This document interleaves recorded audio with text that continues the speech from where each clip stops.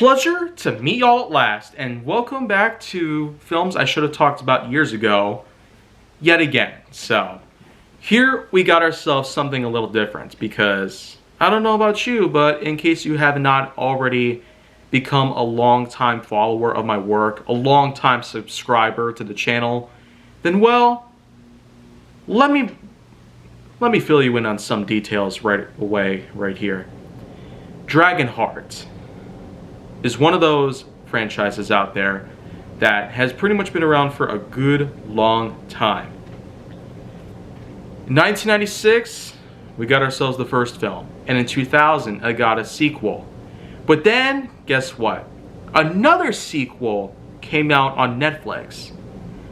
Over the years, I was able to watch the first two films through clips on YouTube and occasionally through, well, renting, based on Redbox or otherwise. In 2015, however, there was a third Dragonheart film. And, well, Dragonheart 3.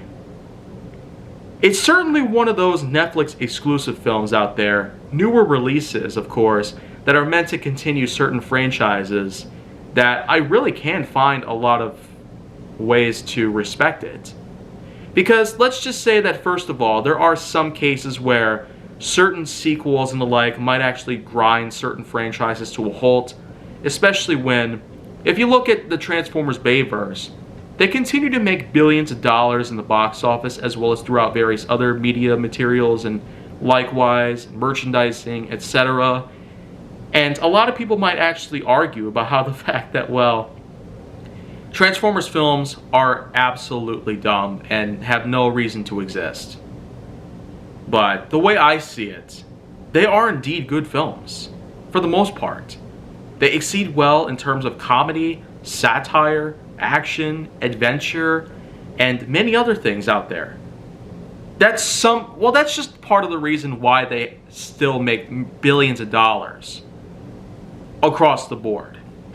But yet, to be fair, the Bayverse definitely had to stop at some point. When The Last Night came out, and of course I've already talked a little bit about it earlier in films I should have talked about years ago, it certainly was not at all quite as good as many others out there. It did not really make as much money as most of the others did, and it certainly did a lot to pretty much embarrass the crap out of us fans. I mean, there's really a lot of ways you can look at it, but anyways, not to get off track here, Dragonheart 3, however, actually has a lot of things done differently. It technically reboots the franchise, especially since it had been dormant for 15 solid years. But at the same time, it does serve almost like a sequel, in a way. Like a sequel. Because it does, after all, take place sometime after the events of Dragonheart: A New Beginning. But the main thing about this is that it gives us a whole new adventure, a whole new plethora of potential sequels to look forward to. But when you really think about it, how far the new tangent of the Dragonheart film series has gone through over the years, especially the past 6 years, we've already gotten a whole load of sequels out there. A whole trilogy. You'll pretty much be hearing me talk about those eventually, about the other two, because I still have yet to watch those. But because I've seen Dragonheart 3 several times since it came out, I tell you, there's definitely a lot to talk about in this case. You have yourself a whole new adventure, with a whole new warrior, and a whole new dragon who comes out of an egg, and then eventually goes up and takes part of this guy's heart. The dragon in this film, in comparison to the others, is just simply known by the name Drake. It's not like Draco from the first film, and it's certainly not like what the second film pretty much gave us, but instead it's Drake. So, I can't necessarily say that it's pretty much a bad idea, but I also can't really go as far to claim that this one actually could be better than the others. But Drake in this film actually does serve quite an amazing purpose. Partly for the fact that Drake in this film was voiced by actor Ben Kingsley, who's had quite a plethora of appearances all over the place. From Hugo to, well, I guess the necessary part of also making a bit of an appearance in Shutter Island, for example, which I've also talked about. So, Kingsley's had a lot of great appearances over the years. Dragonheart 3 is probably one of those unique moments in our lives where we get to have an English legend, well, almost an English legend, pretty much voice our particular dragon, who serves as almost like a sidekick, a guardian to the knight. And let me tell you, when it comes to the films itself, I'm not necessarily looking for a lot of high expectations or low expectations, but because I have seen the other Dragonheart films, I pretty much felt the need to have to watch the third one. And believe it or not, I still have yet to get to the others. But in this film entirely, there's really quite a premise taking place here. You have a similar event taking place, like what the other films were like. But in this one, you basically have a knight and a dragon, both going together to fight off faces of evil in a village.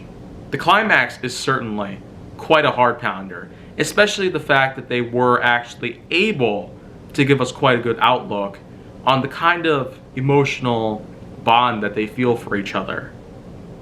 And, well, when it comes to, let's say, that part in particular, the fact that they feel each other's pain, it practically goes down pretty well in one scene where a pretty hilarious beat-up takes place.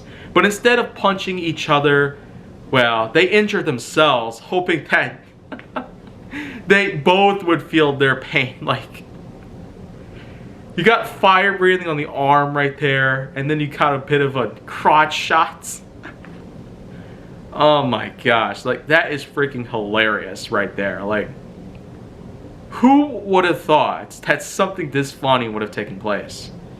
But in all seriousness, I don't necessarily have a lot to basically tell about this film entirely. And that's only because I guess I just don't have a whole lot of appreciation for this one. But yet, it's one of those that can stick around with you somehow, some way. Even though I have not watched this film in actually a few years. I might give it another watch, just so I can prepare myself for what's to come with the other sequels. Which, again, I will be able to talk about soon enough, but until then, when I want to give this film a score, well, I guess there's not really a big score that I would give this one, especially for the fact that, well, lots of sequels out there aren't necessarily seen as better in comparison to most other franchises, which somehow seem to get better with each new sequel put together. So for Dragonheart 3, well, I'd have to say maybe 6.8 out of 10 is probably the best I would have probably given this on any given day. So with that being said, that's probably going to be it for right now. But if you want to see more go down on my channel, then make sure that you like, subscribe, comment, follow me on social media, and stay on the Hollywood side.